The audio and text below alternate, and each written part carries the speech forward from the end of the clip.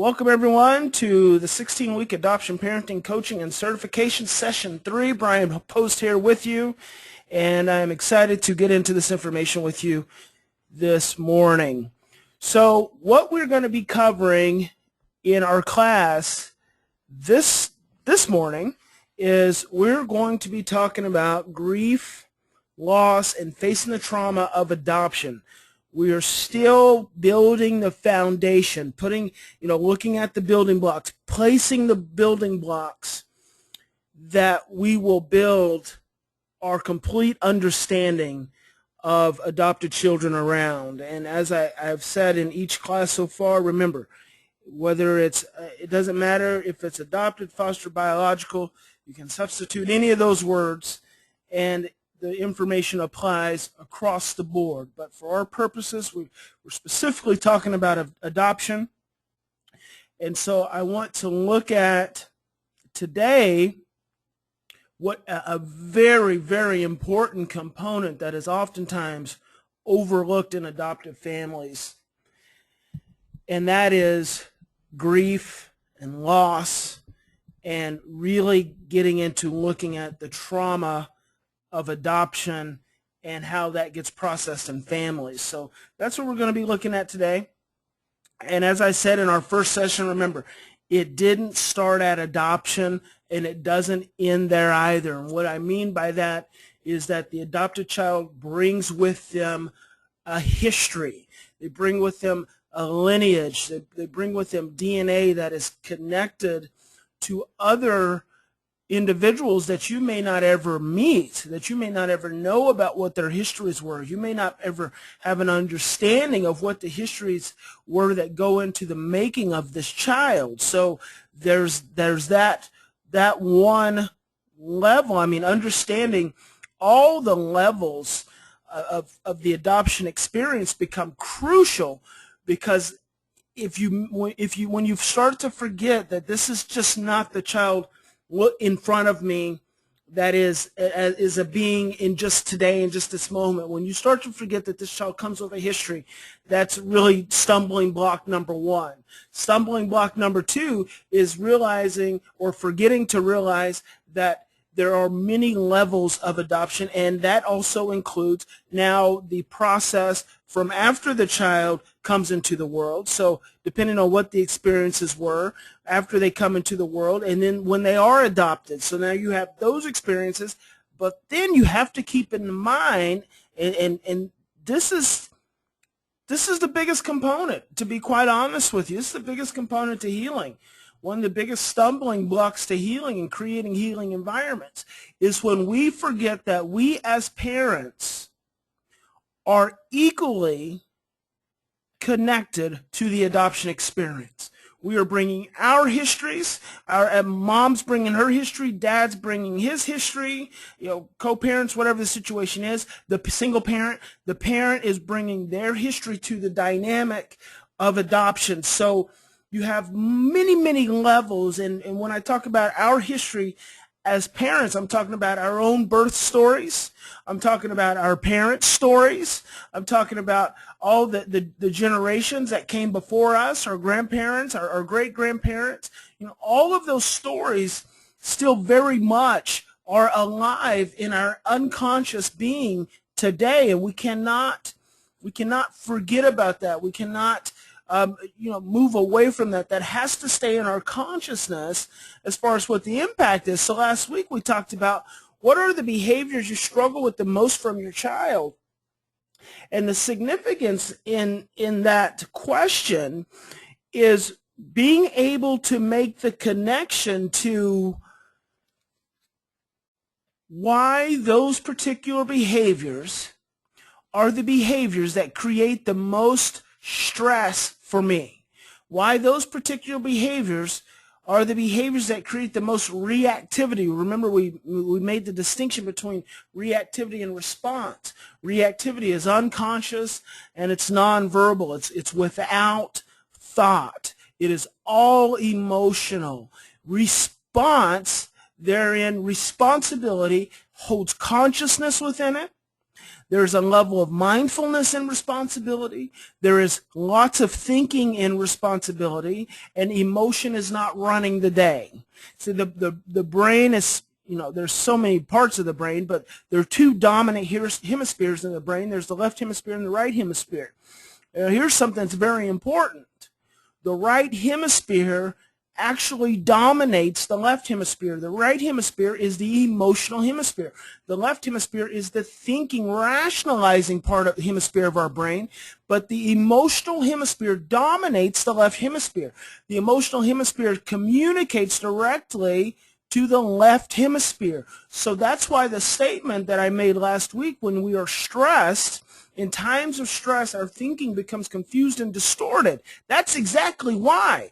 Because stress is an emotional experience, and the stress is now dictating to our thinking brain, and the overwhelming emotion in the stressful experience, which is causing the confused and distorted thinking, which is causing the suppressed short-term memory, is overwhelming the brain in a way that the thinking, the left hemisphere, cannot now function effectively. I like to call it being knocked offline, just kind of like with the last session. Middle of the session, I got knocked offline. Well, that's what happens when we're stressed out. When our brains are stressed out and we become confused and distorted and our short-term memory is suppressed, we get knocked offline. And when we're knocked offline, we're not connected. And when we're not connected, we can't be in relationship in the manner that most affects our survival, because we are biologically engineered to be in relationship. We're not biologically engineered for survival. That's secondary to relationship. Relationship ensures survival. Every synapse, every dendrite in our brain is biologically engineered for relationship. Therefore, I coined this term years ago.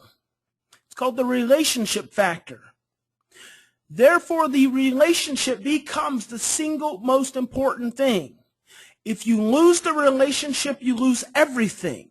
As long as you can maintain the relationship, you can maintain the ability to influence.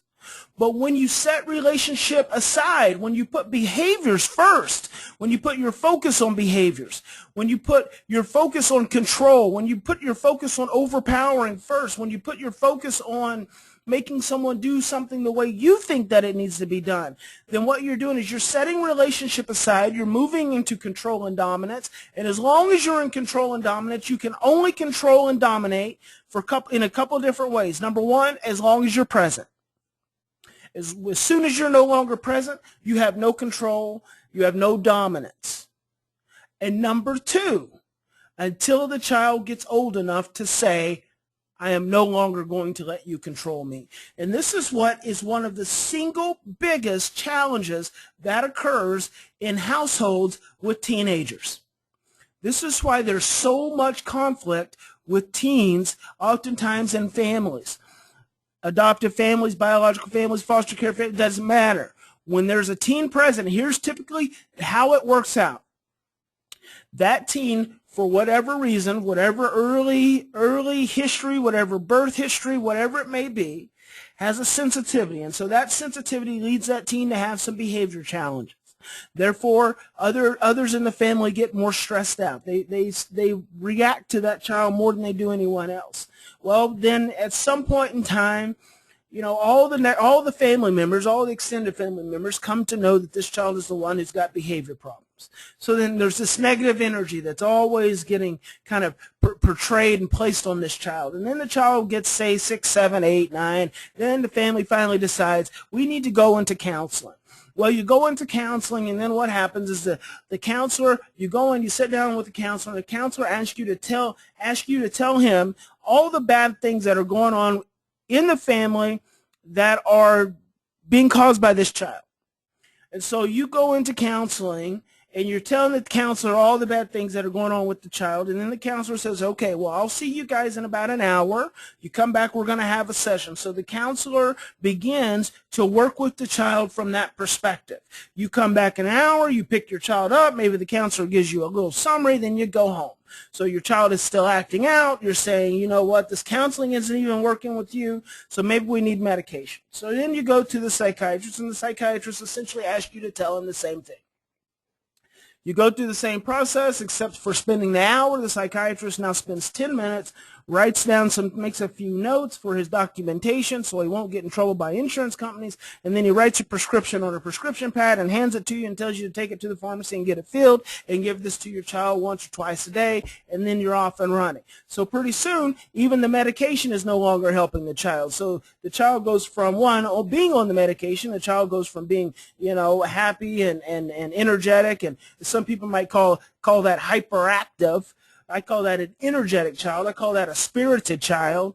And they go to being a zombie as long as the drug is in their system. Once the drug wears off, then they go right back to being the same energetic, spirited child that they were before they took the drug. So before long, you realize that even the drug's not working. So you're still going to counseling. You're going to the psychiatrist. The family see the child is having behavior problems. There's all this stress. There's all this negativity. The years go on. Things really don't change that much. They really don't improve that much. And finally, the child hits the teen years. And at the teen years, here's where it turns. The teen, as they begin to individuate from the family dynamics, as they begin to develop their own sense of identity, and they start to connect to others outside of the home, they start to develop dominant relationships outside of the home. They start to experience support and acceptance outside of the home. What they haven't experienced all along the time in the family. See, the whole time in the family, the parents think they've been doing the loving thing by, really focusing on the child's behaviors to try to get the child to act right, really focusing on helping the child do better by taking the child to the counselor, really trying to help the child's brain to get better by taking him to the psychiatrist so he can get the drugs that he needs to be able to behave better.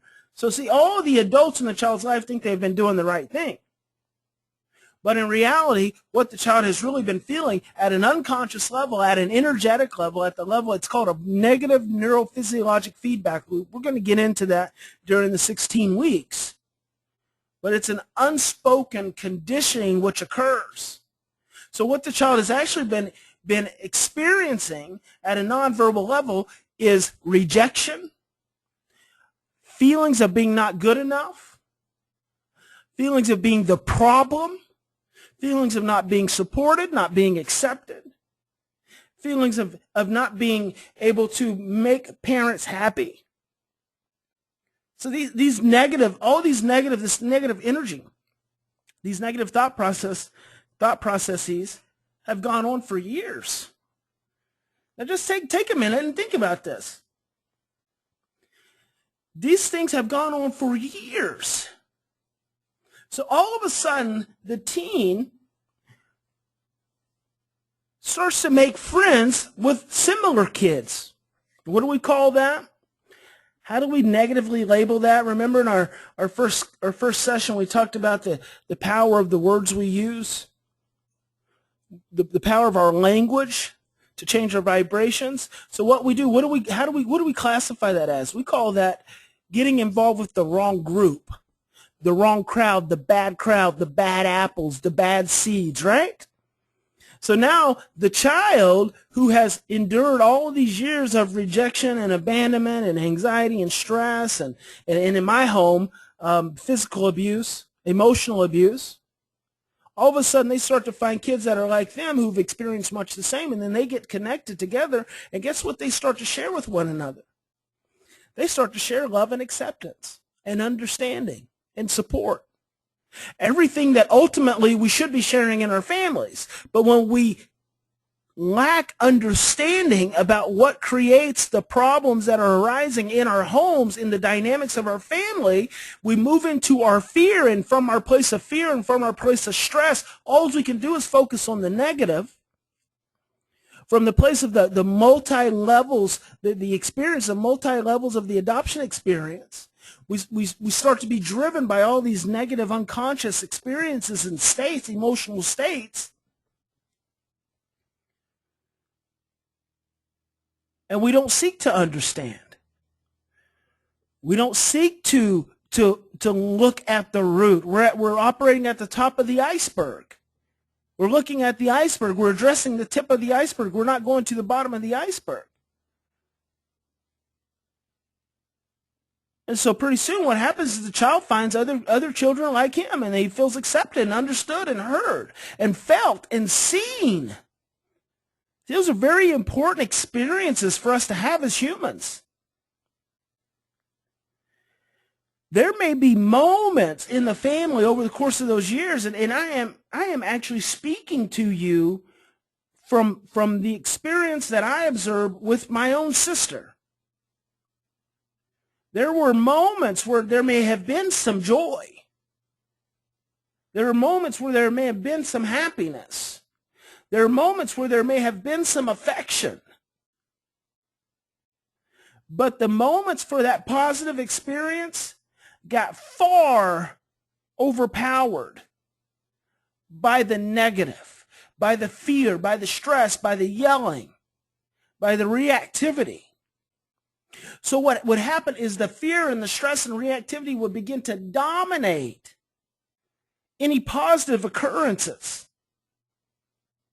And so the child meets the other adolescents or younger children who they connect to, and that is threatening to the family. Why is that so threatening to the family? Because as family members, we are intricately connected. We are entrained. We are cellularly connected to one another. So when we start to, we spent years essentially severing our ties from that one family member, but then when that one family member starts to find others that they connect to, then that's threat. That creates more stress for us. See, we've been conditioned to be in a certain amount of stress within our relationship. But now when that member of our family starts to be influenced by others outside of our family, it creates even more threat. So then what we want to do is we want to pull the child back in. But see, that's the wrong thing. That's the wrong approach. Because then what we end up doing is we start trying to shame the child and their connections. Well, you shouldn't be hanging out with them. They're going to get you in trouble. They're going to lead you astray. They don't come from good families. You're going to get in trouble dealing with them. And then what we are actually saying to the child, to our child, what we are actually communicating in that dynamic is, see, you still can't get it right. You're even going out and finding the trash. You're even going out and finding the bad kids. See, that means you're a bad kid. See, that's what gets communicated in an unconscious way. And we don't realize that dynamic. And then before long, the child, now here's the crux of the point I'm wanting to make. The teenager, when you have spent years trying to control and overpower and dominate, and I can go into telling you about what that looks like in parenting and day-to-day parenting. I can tell you what that looks like. You probably had no idea. But when you start at 5 years old doing timeout, spanking, giving consequences, threatening, shaming, medicating, taking the child, and the child's the only one in therapy, when you've spent years doing those things, practicing those things, you have spent years severing the relationship. You have spent years planting seeds of control and dominance. And then when the child hits adolescence, that's when the field blooms. Everything in the field blossoms. All of the control and the dominance, all of it blossoms. All of the you're not good enough, all of the you don't behave, all of the you're stressing us out, all of the you're making our marriage, you're stressing our marriage out, you're making it difficult for Dad and I to be able to even be in a relationship, you're causing all these problems. That field hits full bloom in adolescence. And then guess what the teenager says? Screw you, I am not the problem. You are the problem. Because I have met friends whose parents are just as screwed up as you are. And I'm not going to listen to you anymore. I'm not going to take your berating. I'm not going to take your shame. I'm not going to take your pills. I'm not going to take your counseling. I'm not going to listen to a word that you say. Woo, boom. You feel that, don't you? That hit somebody's heart. I can feel it. So I've lived that. I've lived it and I have seen it. And then what do you get? You get the child running away. You get the middle of the night sneaking in and out of the house. You get the parents stressed out and screaming. And they still want to hit. I mean, I stopped getting spankings. I didn't ever get a spanking. I got whipped. I might have got a spanking when I was like 5, but as I got older, I was getting whipped. It was a leather belt, and it was a flailing mess. Well, I stopped getting those whippings when I was 10 years old, not because I started behaving, but because I was smart enough not to get caught. And when I did get caught, I would beg and lie still and cheat my way out of what I knew was coming. There was no love and respect in that dynamic. That was sheer terror. And in sheer terror, you will do whatever you can to survive. But my sister kept getting whippings up until 15, and at 15, a 15-year-old, a parent trying to give a 15-year-old a whipping is no longer a whipping. That's called a fight. They would be up in the house fighting. She was not going to be whipped anymore. She was going to try to fight back, and eventually she ran away. She ran away and didn't finish school. Was in and out of jail before she was 18 years old. So our fear, Deepak Chopra is one of my favorite authors. He says, and this is very important. In fact, I'm going to write this one down.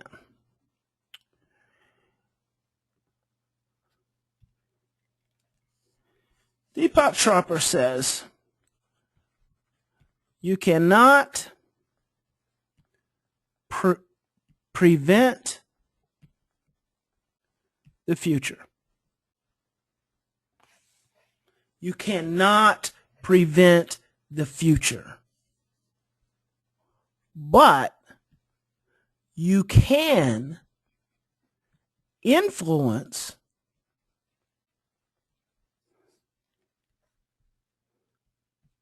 the future from the present state.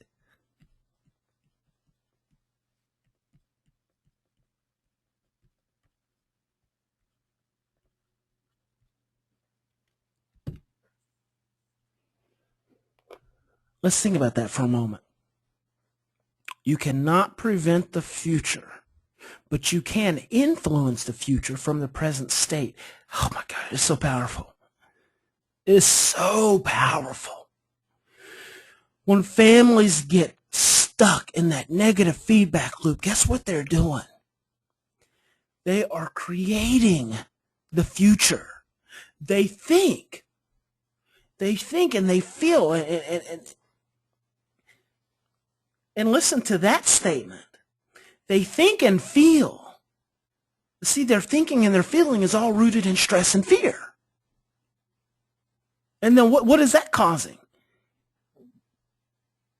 Confused and distorted thinking and suppressed short-term memory. So they think and feel that the way they are behaving right now is actually preventing something bad happening to their child in the future. But in reality, the way they are thinking and feeling right now, the stress and fear that they are feeling right now is planting seeds and creating an energy and creating a momentum, a force which is actually going to create the future. That is actually what's going to show up in the future. Oh my gosh, that's powerful. The energy and the thoughts that we have in the present are what influence the future. When we spend time creating stress and fear, when we spend time worrying and obsessing, we are actually creating the energy that dictates the future. Instead of, I'm sure some of you have heard this statement, let go and let God. What is that telling us to do? To let go and let God. It is telling us to let go of our stress and let go of our fear and let God, who is love, take charge and control. which is then instructing you to be loving yourself, which is instructing you to be understanding, to be faithful, to be compassionate, to be kind, to be patient. So then what is that doing in the moment? That's creating a different kind of energy. And what is that energy leading to and towards? It's leading towards a different future. There's only negative and positive, guys. There's only love and fear. That's it. And where one is, the other one doesn't exist. When fear is present, there is no love within fear. When love is present, there is no fear within love. You cannot be in a place of stress and fear and say, I love my child, because it's not true in that moment. Yes, you love your child when you can be in a space of love. But you cannot be in a state of fear and be trying to control and dominate your child and call that love. I call that fear disguised as love. And the problem with that is that that's what's been created so much in our culture. We have so many parenting programs. We have so many parenting approaches. We have so many relationship approaches. We have so many ways in which we communicate and we engage one another. We are so conditioned to believe that we are being loving, and we're not. We're not being loving at all. We are being fearful. It is love. It is fear disguised as love. And so our brains grow up having all these cultural experiences, and we don't even know what love is. It becomes so hard to manifest and to be in that moment when there's stress and when there's fear. So you spend time creating these seeds of fear, and that's what manifests, and then that's what happens in the teenage years. You know, the teen finds other support systems.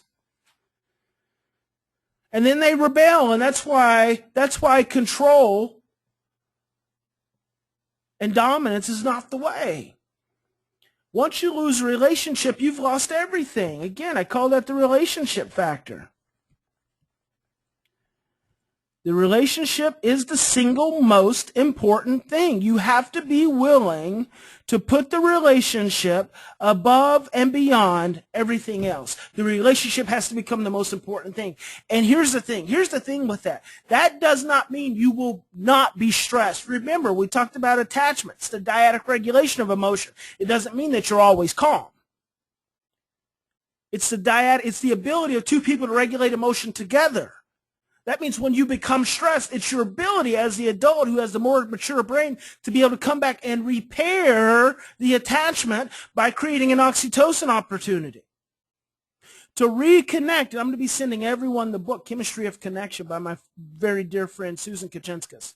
I'm also going to email you an ebook that Susan and I did together called Oxytocin Parenting 0 from 2. I think it'll be a profound little understanding for you. When you don't make the relationship the most important thing, you forget everything. So let's move on, because we want to build on this, what we're talking about.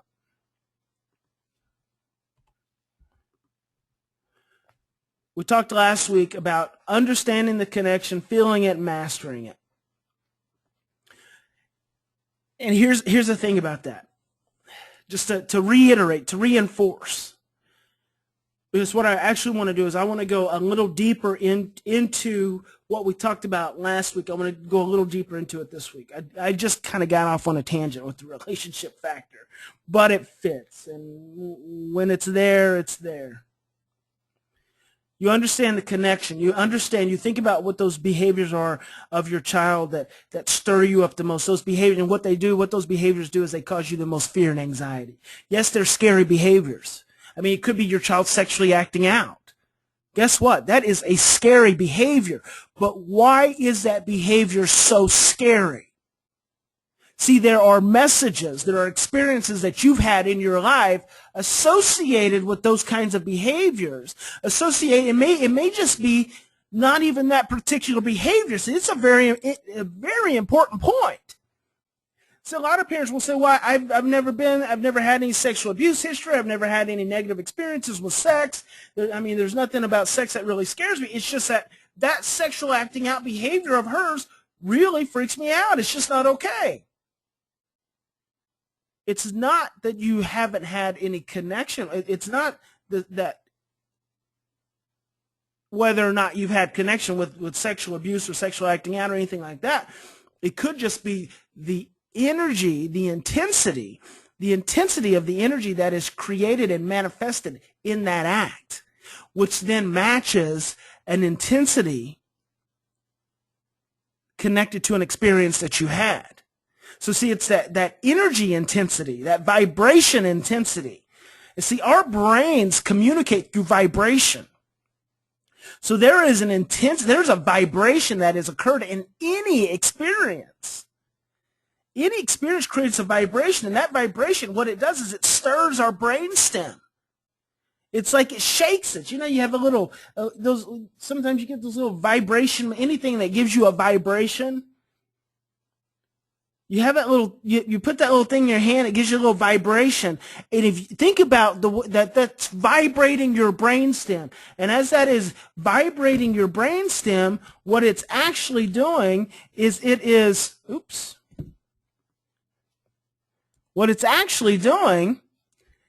stirring up your brainstem. So it's stirring up. You think about your brainstem. You know, I kind of think of it like a little cup of soup.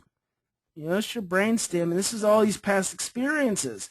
Well, the vibration is like a spoon that comes down here, and it just stirs up your brainstem. Well, when your child is misbehaving, when your child is engaged in that behavior that really stresses you out, that's because they're engaged in a vibration that's stirring up their own brainstem, and that creates a vibration. And this is actually rooted in the amygdala. It's rooted in, I'm going to show you specifically, Daniel Goleman, who coined the term emotional intelligence, in one of his audio programs. It's so interesting because a question I had is one of his audio programs, he coined the term, said our amygdalas communicate through vibration. He says that one amygdala, the more calm amygdala, has the ability to soothe and regulate the amygdala that's the most stressed out. But the reality is that we hadn't made the connection to oxytocin yet. The science had not stumbled on the oxytocin, and the majority of science still hasn't stumbled on the oxytocin. So you guys are learning things that mainstream scientists still have not made clear connections to. Now, some have, but I can almost guarantee you that most therapists that you're going to engage have not made that connection yet. But the reality is it's not the amygdala, it's not the calm or amygdala. It is the fact that the oxytocin that is getting created from one brain, that hypothalamic activity that is getting generated from one brain has the ability to trigger hypothalamic activity in the other brain, which releases oxytocin, which then calms that brain down. So it can be sometimes the experience, the intensity of the vibration occurring in the experience that gets you stirred up. So that's, that's what's being triggered. It doesn't mean that you necessarily were sexually abused at some point in your life and that's really what triggers you. So last week I said you have to understand the connection, you have to feel it, you have to master it. I really want you to pay attention to your body. You may not ever make the clear connection to what it is, but I want you to pay attention. I want you to be able to ask yourself the question. I want you to be able to think, what is it that is significant in this experience that's occurring? With my child, that makes all this different. That makes the difference. Let's move to the next slide. Bruce Perry is a phenomenal mentor of mine over the years. I mean, I just love what this guy, his message. He's got so much good information. He says you cannot change parts of the brain which are not activated. You cannot change parts of the brain that are not activated. In order to change the state, you must activate the state. Now, this goes right in line with understanding it and making the connection and feeling it and then mastering it. So you want to make the connection, you want to understand the connection, then you want to feel it, because when you feel it, then you're mastering the state. You're activating the state. And then as you feel it by activating the state, you're mastering the state. That's very important. You want to be able to do that because that is what is setting you up to be able to create that same dynamic with your child. So it's that when I talk about understanding the connection and feeling the connection between your child's negative behavior and what it stirs up in you, the reactivity it stirs up in you, the helplessness or the shame or the frustration, the overwhelm, the shock. It can be any number of things that creates.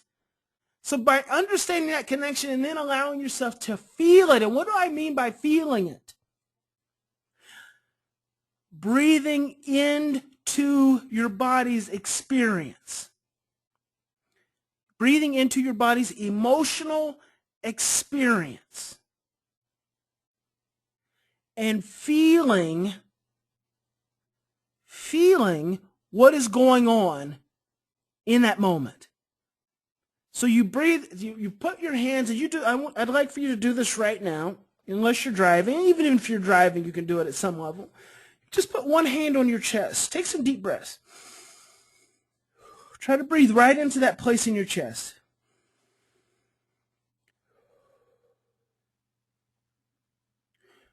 Pick a feeling. Happy, could be happy. I prefer picking the negative ones because that is typically where we spend a lot of time when we're in a reactive state. So pick sadness, maybe sadness or anger. Or you think about anger. Or you think about sadness. Think about something that really makes you sad. And I don't even really want you to think about fear, but what I want you to understand is that fear is underneath those things. I'm going to say that again. Whether it's anger or sadness or frustration or overwhelm or shame, rage, fear is at the root of that. So right now, when I'm asking you to connect to that sadness or connect to that fear or connect to that anger, let's connect to sadness. That feels right.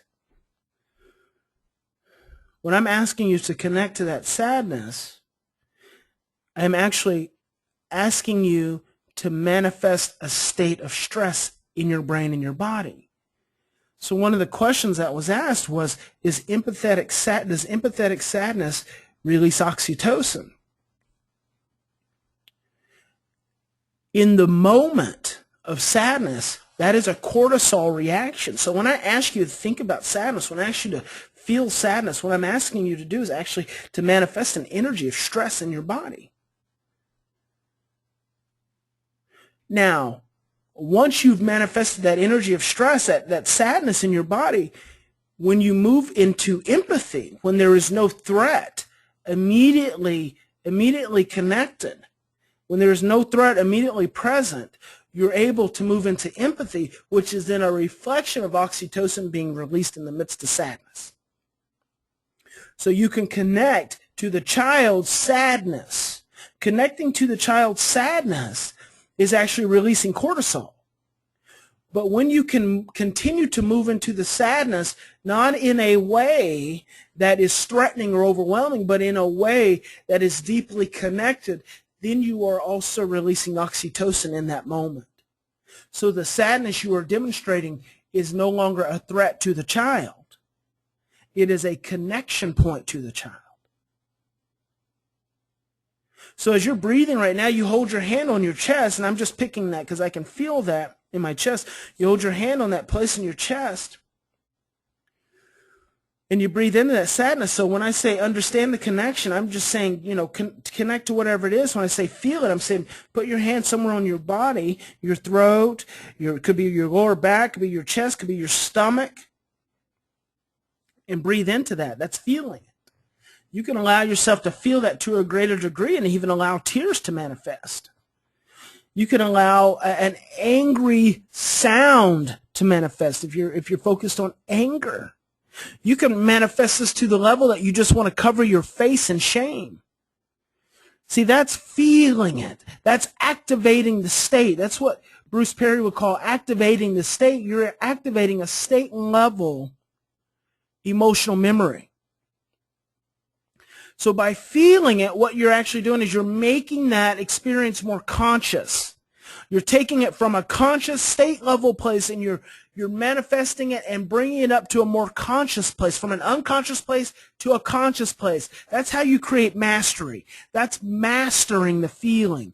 When you consistently connect to that feeling enough to be conscious of it in the moment of when it's coming up. Therefore, it no longer takes control over you. We think we have control over our feelings, and we do not.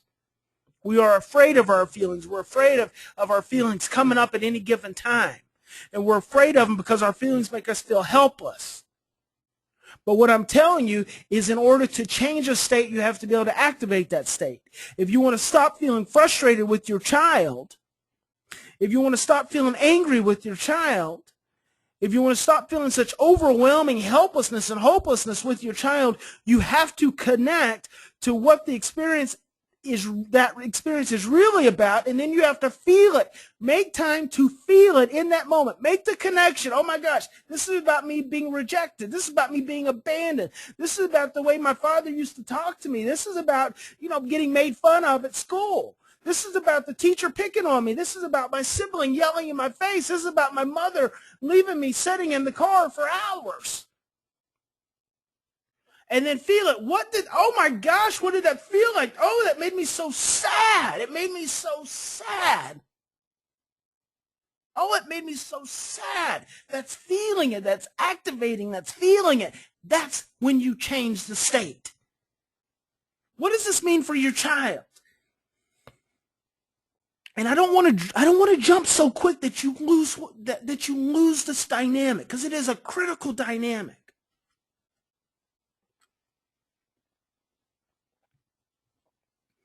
But I want to connect for you what this means with your child. When your child, just like you,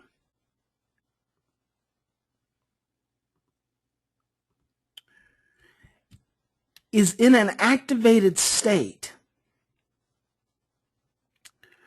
their brainstem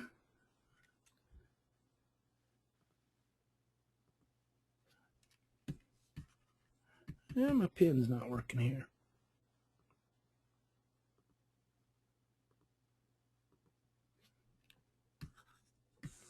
What happened to my pen?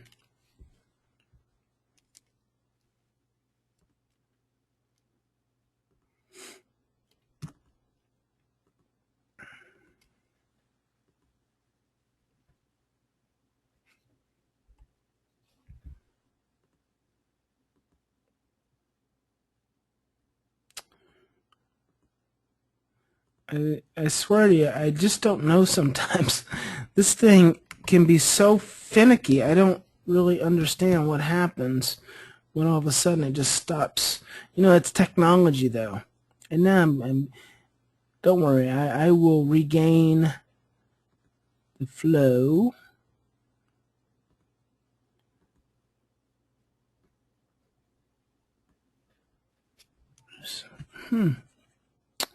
All right, I'll use my cursor. I won't use the drawing.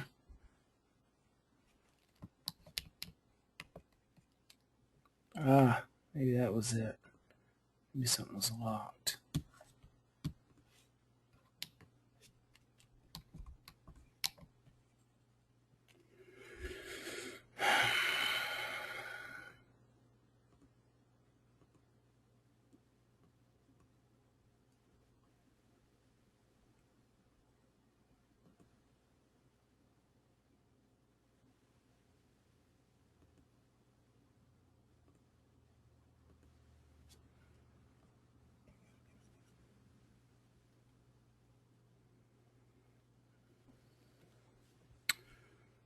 It's obviously not it.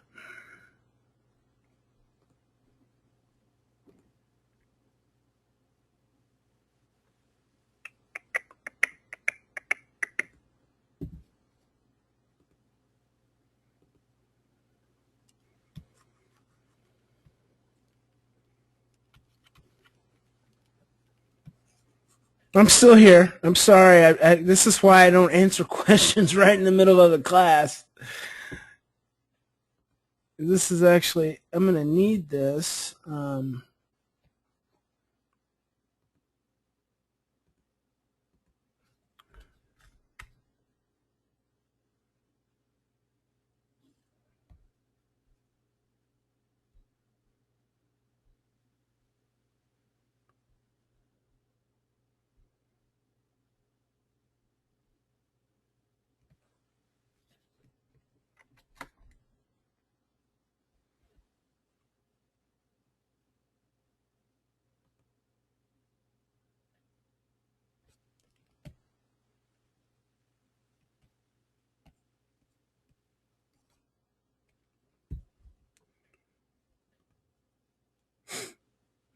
I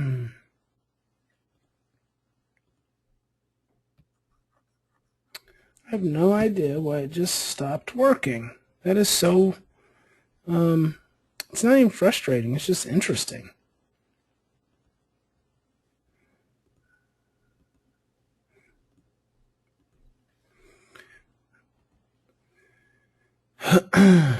Interesting.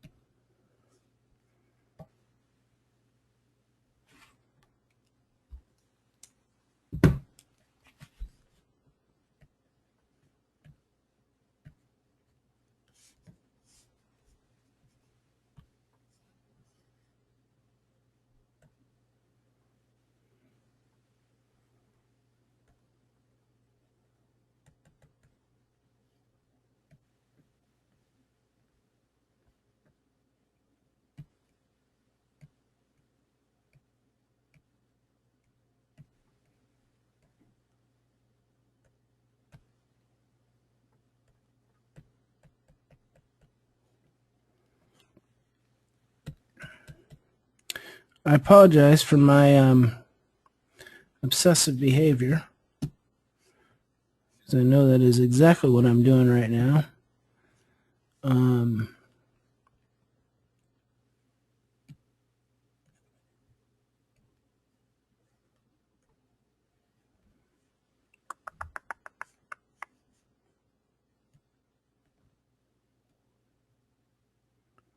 Oh, look at that.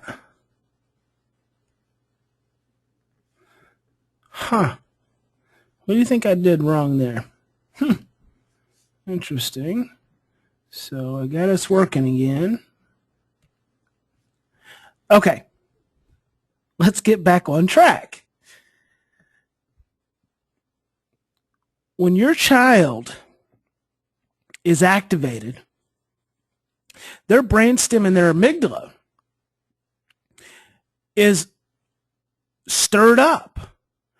And so what happens in that moment is that all in those moments, all of their past experiences are being brought to the forefront of their consciousness. See, it's the cortisol, they are conditioned, they're so conditioned because their early histories, their cortisol response is so much stronger than their oxytocin response. So the oxytocin response is essentially absent in that moment that the child gets triggered, the past experiences get stirred up, and then it sends all these messages to the prefrontal cortex, which creates all of the confused and distorted thinking. See, this is where it's at. You have all the confused and distorted thinking up here, and that is manifested in the child's behavior. So in that emotional moment, when you come in and you get equally stirred up in your own past experiences, you end up matching the child's vibration and intensity with your own confused and distorted thinking and with your own negative behavior. So when you come back to having to understand the connection, you want to also create, when you can master your own reactivity. When you can master your own feelings, then what you end up doing is you create an environment to when your child is in a state of negative acting out, you are able to master your own connection, your own amygdala-driven connections, thereby creating an opportunity for oxytocin to be released so you don't get so overwhelmed in the moment, so you don't get so confused and distorted in the moment, and you can say to your child, you're really angry. I get it. I get how angry you are. Come on and tell me. You're mad. Just tell me how mad you are. Scream it out if you're angry. And a lot of times it's coming out in words, right? We get so threatened by the words that our children communicate, and that's why I want to touch back on our 3 pathways of emotional expression. We get so threatened by the words our children use that we can't connect with where they're really at. We're so threatened by the words that we're using that we're not releasing oxytocin in the moment. So we're shutting down our own oxytocin response, and we're becoming focused and hyper obsessed on the words, saying, don't talk to me like that. But in reality, there's 3 pathways of emotional expression. There are attitudes, feelings, and behaviors. When children are using words, they're expressing attitudes and feelings. So what you really want to be doing with the words is saying, give them to me. Express it. I get it. I get how angry you are. Honey, I get how sad you are. And then you connect to that sadness. And you're teaching your child through that process how to feel their feelings and how to master at the same time. Are you with me? Do you feel it? Do you feel what I'm saying? When you can really learn to connect to your own feelings and you can really start to master your own feelings in those moments, that's when you can be right with your child. Because it is in the midst. Listen to this. I'm going to write this down for you. I want you to spend some time with this week. This is going to be a quiz question.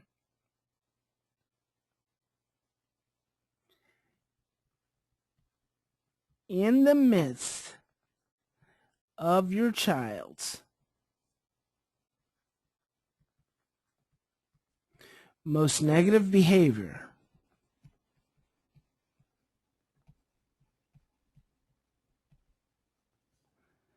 is when you have the greatest opportunity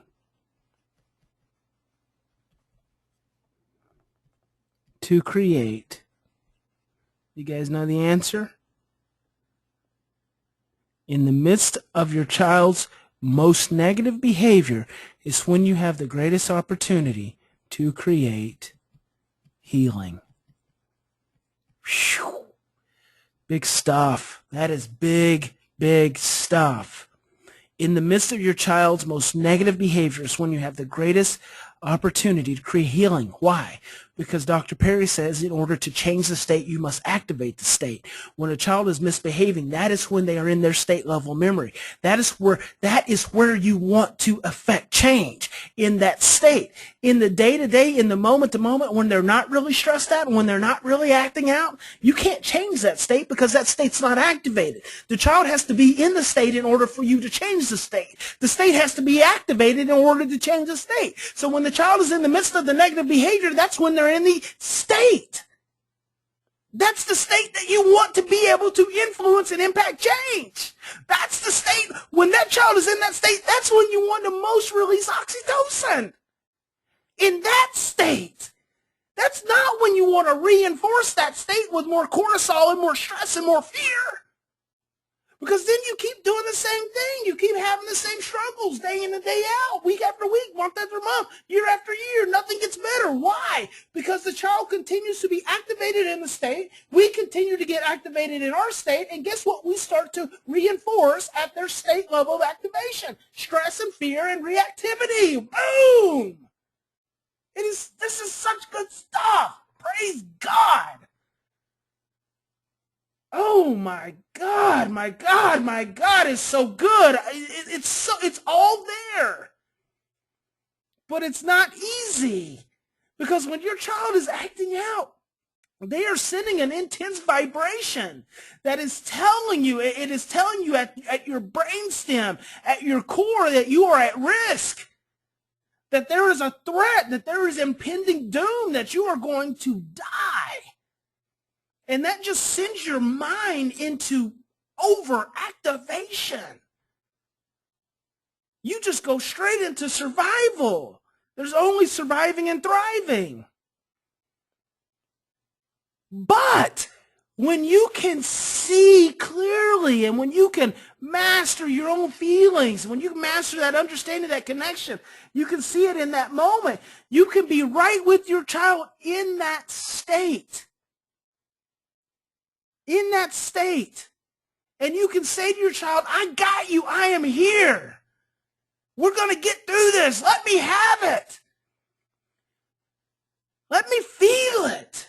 How many opportunities do kids get for that? How many opportunities do kids get when adopted children who've gone through, who felt helpless most of their life? They're stress sensitive and they're fearful and they get stressed out and they get overwhelmed and they're in fear and their state level is activated and all their past experiences and negativity that they've experienced is stirred up and all their fear and their stress. How many opportunities do they get for us as parents to say, oh, honey, you are so upset right now. You are so hurting. They don't get it. They don't get it because we get so stressed out ourselves. And when we get so stressed out ourselves, we can't be where we need to be.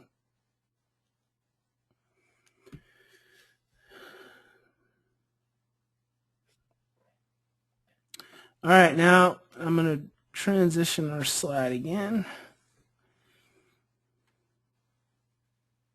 Oh, you know what I can do?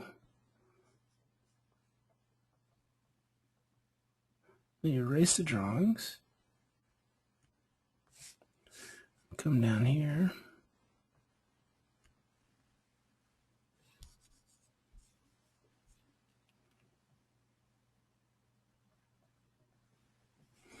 Can't do it.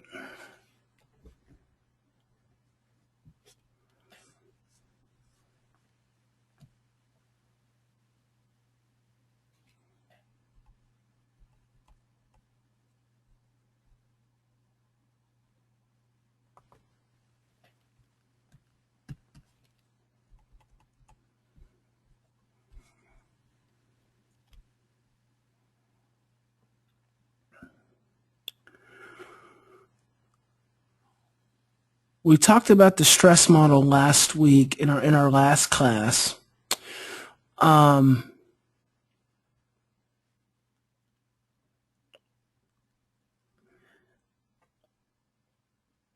think we've got the point. I think we've got the point of the stress model. But let's just go ahead and map it out real quick. And I'm gonna map out two positions. I'd like for you to do the same. It kind of looks like a snowman, doesn't it? So we have behavior, because the stress model says all behavior arises from a state of stress. In between the behavior and the stress is the presence of a primary emotion. There are only two.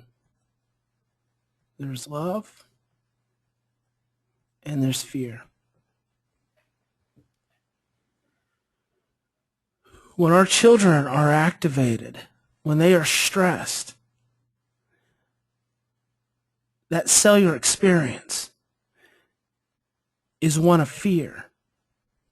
And that fear manifests our behaviors, our negative behaviors.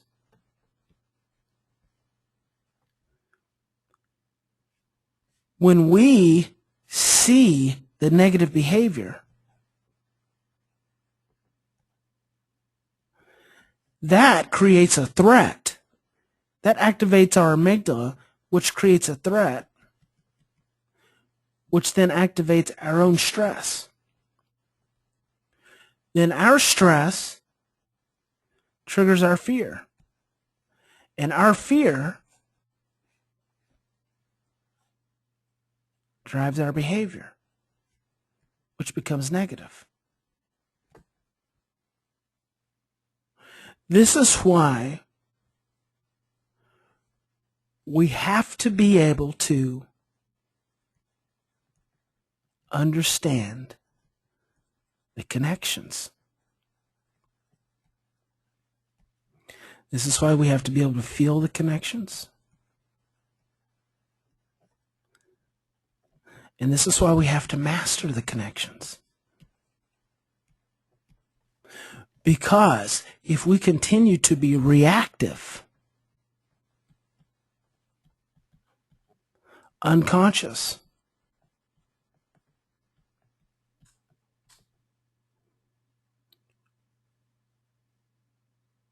not thinking,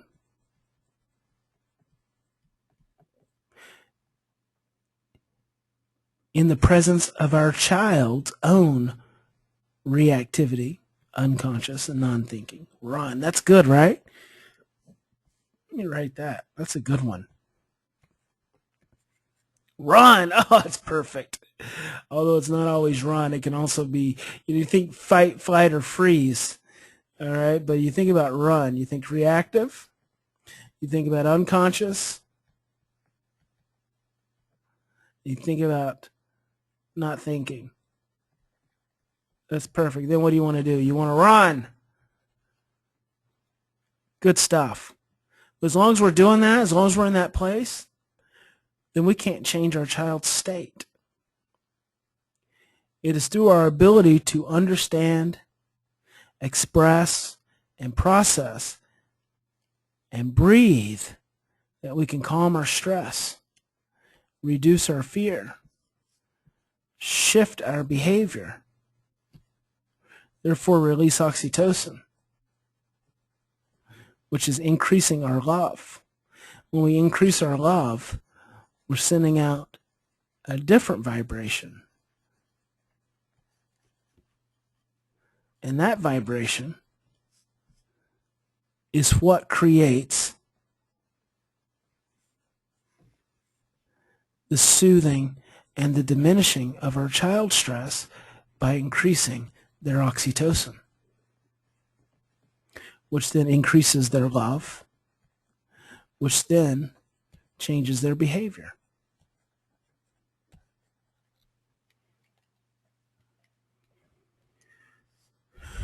In this instance, love wins. And that's the key. Just like that. Didn't have to get any more difficult and any more complicated than that. Love wins.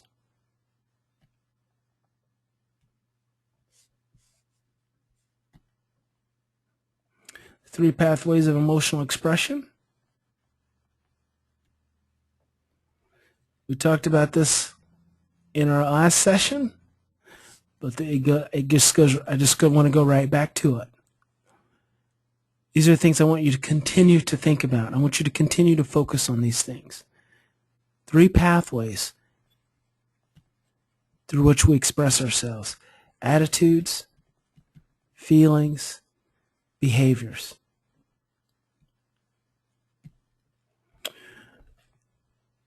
Attitudes, feelings, and behaviors. If you can't express your attitudes, if your attitudes are suppressed, your child rolls their eyes, and you have a message. How many of us don't have an unconscious stored away message from our own parents that's not okay to roll our eyes? So attitudes get suppressed. How many of us have an unconscious message that says it's not okay to express our feelings from our parents? So our feelings get suppressed. How many of us have an unconscious message from our parents that say it's not okay to act out? So then we suppress our behaviors. So once you've suppressed your attitudes, once you've suppressed your feelings, and once you've suppressed your behaviors, guess what you're left with? You only have two options.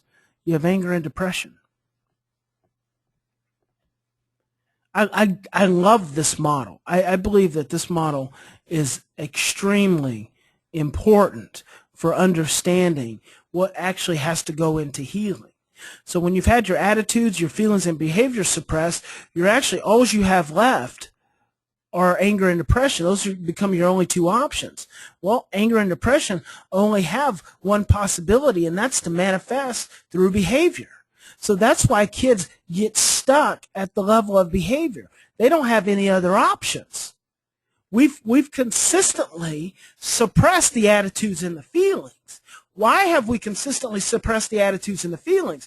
Because the attitudes and the feelings invoke messages, feeling messages within us that say threat.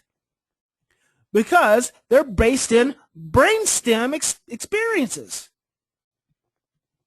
We have brainstem experiences from our own culture, our own society, our own parents that say it's not okay to express attitudes. It's not okay to express feelings. You know, if you go back to the days of slavery, it sure wasn't okay to express your attitudes, your feelings, or you'd get whipped. So what do we do to our children now? We whip. When they express their attitudes and their feelings, they get whipped. Now, we try to justify that by saying, spare the rod, spoil the child. Well, if that was the case, wouldn't God come down and whip us right now? Wouldn't God come down and use the rod on us right now for our misbehaviors? Spare the rod, spoil the child does not mean you beat your children. It doesn't. The rod and the staff were used in the raising of sheep. The rod was used to hold them into line, to guide them. The staff was used to pull them back in when they stray. You know, if you think about the shepherd walking with their flock, as they're walking with their flock, they use their rod to just tap gently on the side of the lamb to keep the lamb walking in order. What happens if the shepherd beats his flock? They stray. And that's what we do, going back to our analogy earlier, that's what we do to our teens when we start focusing on behaviors instead of relationship. Spare the rod, spoil the child does not mean beat your children. It means if you spare a child guidance, they will be spoiled to the ways of the world. So if you fail to guide, Proverbs says, raise up a child in the way he should go, and when he is mature, he will not depart from it. Raise up a child in the way he should go. Guide the child in the way he should, not beat, not control, not dominate, guide. He starts to stray, you get your rod, you pull him back in a little bit. You guide him, you use relationship, use understanding, you use love, you use compassion. You guide in the way he should go, and when he is mature, guess what? The prefrontal cortex does not complete its development until we're 25 years old. We're not mature until we're at least 25. But when do we stop guiding our children? When do we start expecting them to act like little adults? With us, in our culture, in our society, it's 2 years old. We start expecting them to behave appropriately when they're 2, to go potty train themselves, to use the potty the way they're supposed to. Raise up a child in the way he should go, and when he is mature, he will not depart from it. Maturity is much further off than what we try to place it on children in our society, and even what we try to place on ourselves. So if we sufficiently suppress the attitudes and we sufficiently suppress the feelings, there is nowhere to go except behaviors, and you get anger and depression. And you realize what you get down here at this level. What you get down here at this level, when you've consistently created stress and you've consistently created fear, this becomes trauma. I call this the trauma triangle. This level of conditioning, the trauma triangle, trauma is any stressful event which is prolonged, overwhelming, and unpredictable. Think about how many years a family spends down here with a child who's in anger, depression, and behaviors. Years. Anger and depression and behaviors. Think about how many years a family spends suppressing attitudes and feelings, pushing the child consistently down to this level. This is the level of trauma. What you get at this level, and all of you are familiar at this, what you get at this level, when a child has been sufficiently suppressed down to this level, what you get is diagnosis. You don't get diagnosis up here. You don't get diagnosis when a child is rolling their eyes. You don't get diagnosis when a child's talking back. You don't get diagnosis at that level. You get medication. You get residential treatment. You get disrupted adoption and foster home. You get more of the same. Essentially, you get more of the same. The child goes on, the family goes on for years getting more of the same because they get stuck. When you can understand the connection, feel it, and master it, you can stop getting overwhelmed here at this level. And then when your child expresses attitudes and expresses feelings, guess what you can say? You can say, give it to me. Let me have it.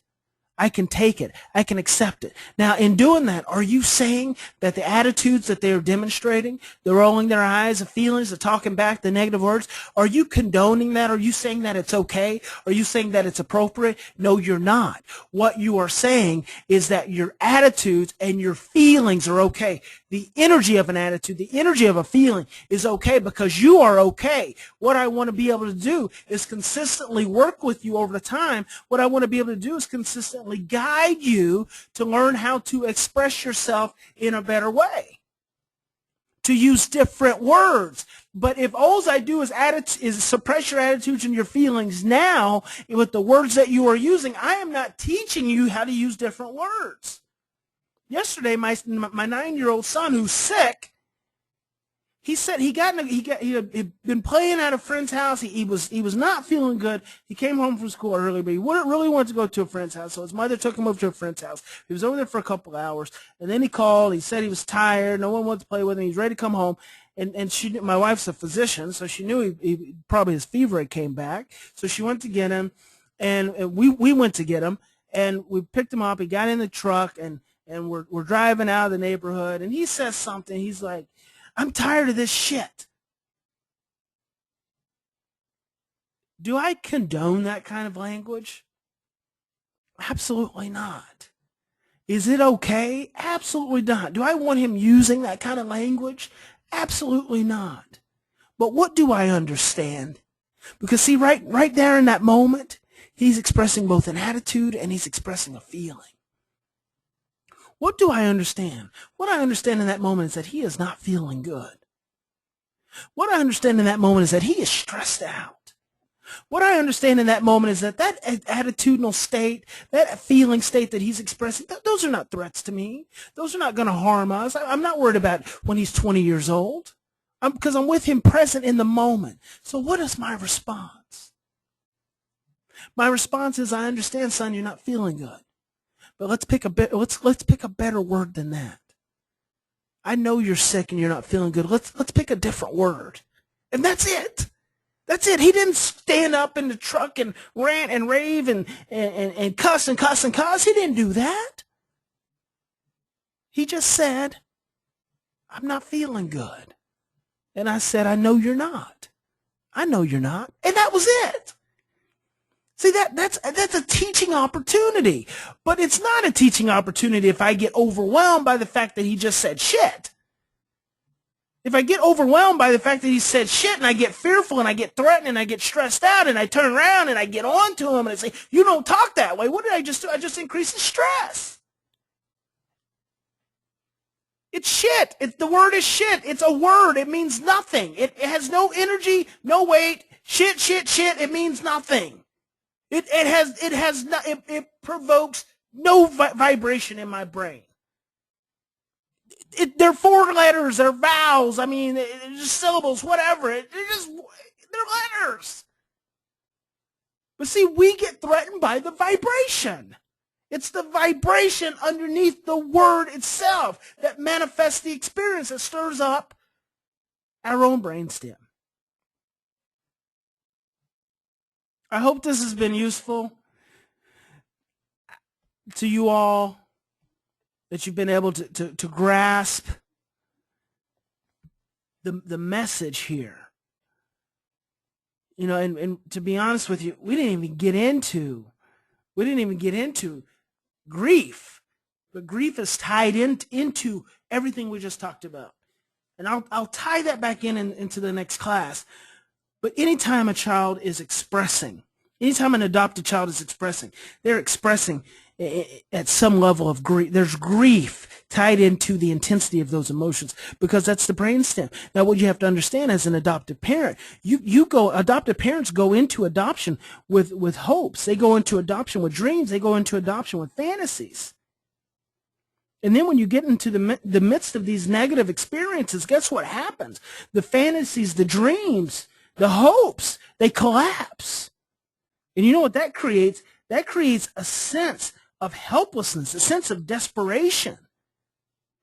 You don't adopt a child with the intent to be stressed out and to be punitive and to not have relationship, to struggle. You don't adopt to struggle. You adopt from a place of hope. A good friend of mine works for a very large Christian agency, and they're big into adoption right now. And she was telling me that they have a very ambitious plan to bring 400 orphans into the country.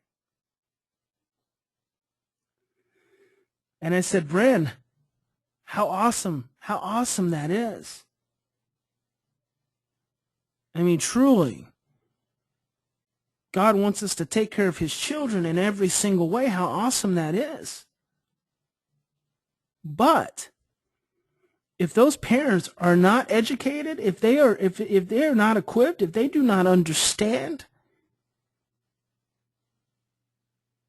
that is like bringing 400 prison inmates into the country and placing them in individual homes and expecting everything to be okay. See, that there's fantasy, there's dreams, there's hopes. But all those things go away when the reality sets in of how stressed out we can become, how fearful our children can become, how stress sensitive our children can become. And then what sets in is grief. Then you have grief.